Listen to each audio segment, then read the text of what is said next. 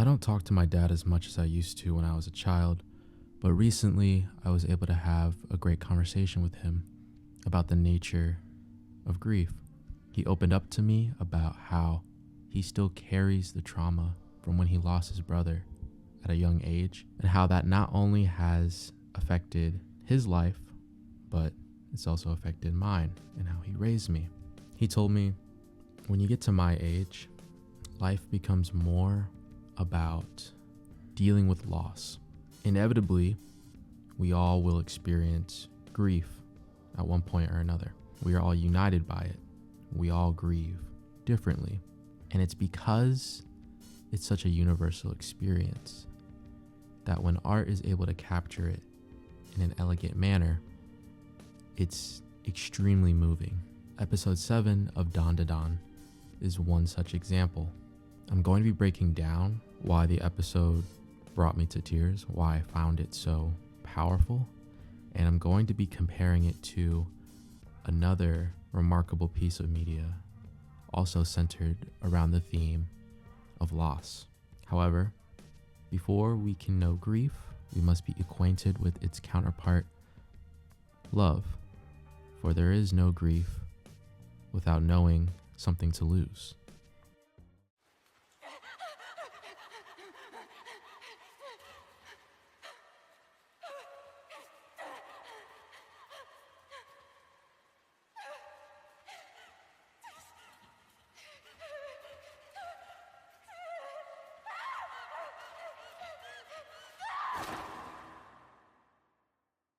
The irony of exploring love in this scene in a love hotel is not lost on me. We start with a bottom-up shot of a pink ceiling with a starry light pattern. We then start with a top-down shot that conveys not love, but emptiness. The alarm ringing makes it clear to us, the audience, the transaction has been completed. We know exactly what's going on here without a single word being uttered. We then get one of the many film techniques seen in this episode, with the camera racking focus as Silky gets up from the bed. The next technique we see is the use of an overhead tracking shot of Silky walking in the rain. I love how the animators decided to keep the umbrella centered in the frame and the attention to detail to the changing shadows and light that bounce off of the umbrella. We then see the same dress Silky wears as a yokai through the glass of the shop. The fact that the dress catches her attention really emphasizes how she was always thinking of her daughter. It also gives deeper meaning to the rest of the flashback and when we see her as a yokai earlier in the episode. Now this scene right here is by far one of my favorites in the episode. The first thing that stood out to me was the use of chiaroscuro, literally translating to light dark in Italian. Chiaroscuro is the emphasis on the contrast between light and dark elements in a composition. It is one of my favorite things to see in art, not only for evoking emotion, but for drawing the viewer's attention to the subject. In this case, the shadows from the foreground and background create a natural vignette around Silky. To me, this is like her being surrounded by darkness. She is offset from the direct center of the hallway, allowing us to appreciate the leading lines that seem to go into a dark abyss. The inclusion of the fluorescent lights provides enough lighting to generate the contrast without shifting the mood from being too bright. All of this to draw our attention to her opening this apartment door. It's a very slow and deliberate scene. We even get a close-up shot of her distorted reflection in the doorknob. I interpreted this as her way of seeing herself against the world, small, alone, defeated. As she turns the lock and opens the door, we get a telephoto shot of her against that dark abyss I mentioned earlier. This is evident by the increased appearance of the size of the overhead lights. The effect is achieved in real life when you use a telephoto lens to maintain the size of your subject but increase the distance from the background. Now Silky looks even more immersed by this darkness. But then we get another use of chiaroscuro. The door opens, revealing a warm, glowing light from inside the apartment that contrasts with the outside. We hear the footsteps approach, and we get a slow pan down to reveal Silky's daughter tightly hugging her waist. The next shot of the daughter's face is absolutely precious. Her wide eyes and bright smile take up so much of the screen. Compared to how Silky saw herself in the doorknob, she sees her daughter as a brilliant, warm, glowing light. This is her happiness, her world, and her source of love. Both mother and daughter enter the sanctuary and leave the darkness of the outside world. Up until this point, the music is absent from the episode. The montage begins and is cut to the flow of "To a Kinder World." The second scene, where Silky is teaching her daughter how to balance, is a great metaphor for Silky. She's a dancer, balancing between odd and often unforgiving jobs and returning home to give her daughter all the care and love the world robbed from her. She's exhausted from her daily toil, but she still decides to find the energy to play with her daughter, to keep going. We don't give single mothers enough credit. All the money she saves up is not just to provide for her daughter, but to go above and beyond. Silky probably passes that dress multiple times a week, so seeing her finally being able to give it to her daughter is such a heartwarming moment. We then get another awesome shot using a rotating pan of the camera to seamlessly transition between different memories, what seems like is for her daughter's birthday. We then end on a beautiful shot of the daughter resting in her mother's lap as the camera pans up to the gentle glow of a starry night sky. Unfortunately, the piece couldn't last. The Yakuza would come to claim her daughter, leaving what was once a sanctuary a defiled, hollow cave.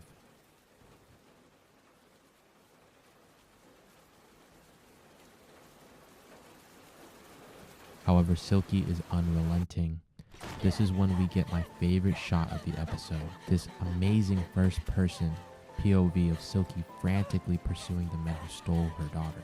The animators decided to simulate the motion blur achieved from filming with a slow shutter speed. Typically, when we view things on a screen, it is either in 30 or 24 frames per second. That is equivalent to a 1/60 or 1/48 shutter speed. However, when you lower the shutter speed to, say, a quarter second or longer, the sensor of the camera is exposed to light for longer, creating this motion blur effect. There's actually a Sakugabooru blog detailing how they achieved this effect in animation and crediting each of the individuals responsible for bringing this art to life that I will link in the description. The choice to convey her pursuit in this way creates a sense of disorientation that we as the audience share with her, but her efforts unfortunately were fruitless. Having lost her light, her purpose, her reason to keep going, Silky performs her final dance. The dream ends, gravity takes hold as she meets her end with a crunching.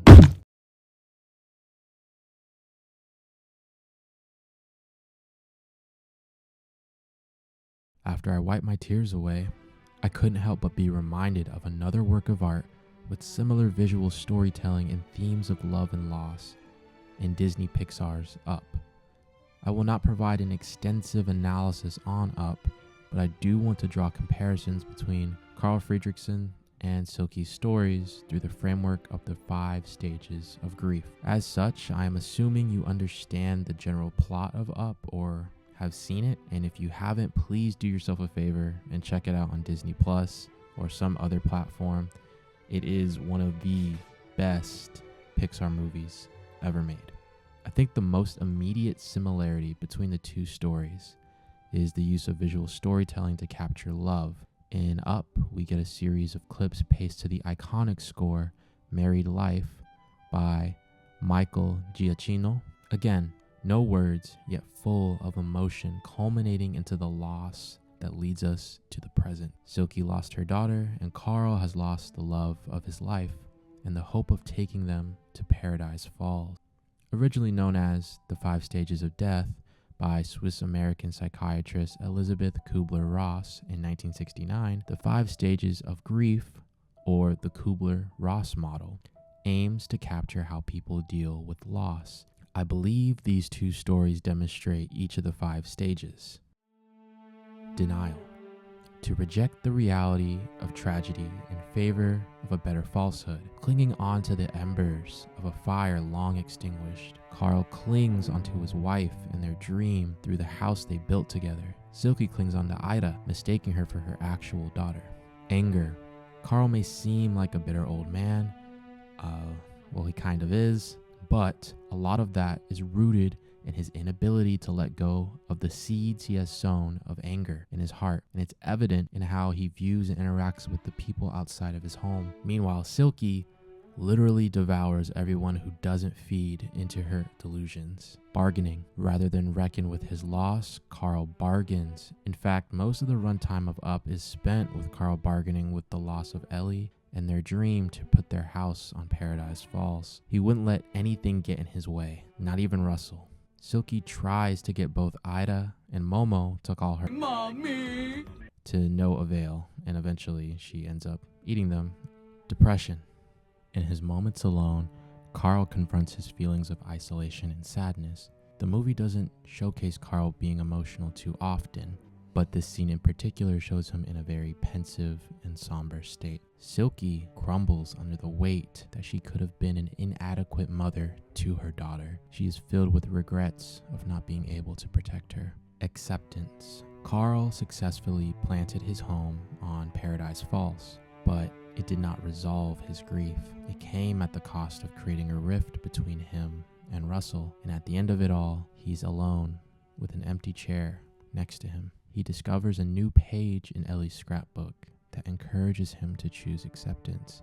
This is where the paths between Carl and Silky diverge. Carl was able to choose acceptance and embrace his new life with Russell. Silky's path led to crisis. As a yokai, she killed Ida and attempts to redeem herself through sacrificing her own aura. Silky would rather perish into an empty void than watch her quote-unquote daughter die. On the brink of turning into nothingness, Ida tells Silky exactly what she needs to hear. Having shared her memories with Momo, Ida validates Silky's feelings. All the toil, all of the pain, all of the sacrifice was worth it. Her daughter truly, deeply, and completely loved and appreciated her. When you take such a powerful feeling and couple it with powerful storytelling, I think it's impossible not to resonate with this episode. The most amazing part about these stories is just how far these characters will go for a loved one long lost. It's a powerful love that causes grief to endure, in Silky's case, beyond death. As long as we can love, we will lose, and as long as we will lose, we will grieve. I moved to the other side of the country by myself to pursue graduate school a couple years ago. It just so happened that this time also was a period of tremendous loss for me. I will never forget how long the days felt when enduring that kind of pain. But stories like these provide me with the comfort of knowing I am not alone, that the pain is real and that it's okay to feel it, and that the memories I cherish are a reminder that it is better to have loved and lost than to never have loved at all.